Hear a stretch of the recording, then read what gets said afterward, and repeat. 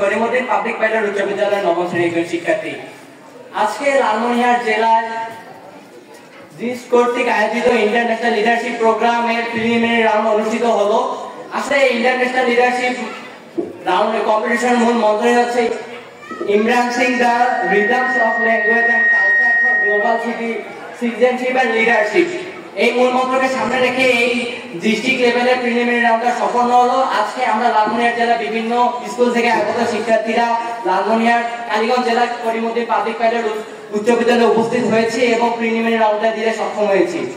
আসলে আমরা অনেকেই এই বিষয়ে অজানা ছিলাম যে ইন্টারন্যাশনাল লিডারশিপ কম্পিটিশনটা কেমন হবে, কি ধরনের কোশ্চেন আসবে, কিভাবে করতে হবে। আশা করি আমরা এখানকার সকল শিক্ষার্থী গত রাতে অনেক টেন্স ফিল করছিলাম। আসলে এখানে আসার পর যখন কোশ্চেনটা দেখলাম তখন তিনটা জিনিস বিষয়ে আসলে এই কোশ্চেনটা হয়েছে। একটা হচ্ছে ন্যাশনাল অ্যাফেয়ারেন্স, ইন্টারন্যাশনাল অ্যাফেয়ারেন্স, একটা হলো একটা সৃজনশীলতা চেক করার জন্য এটাই করা হয়েছে।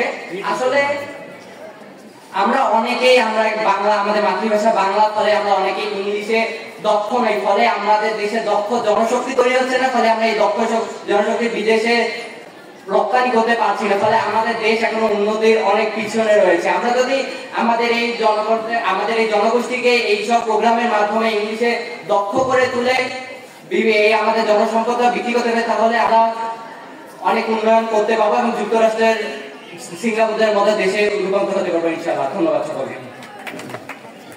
ধন্যবাদ।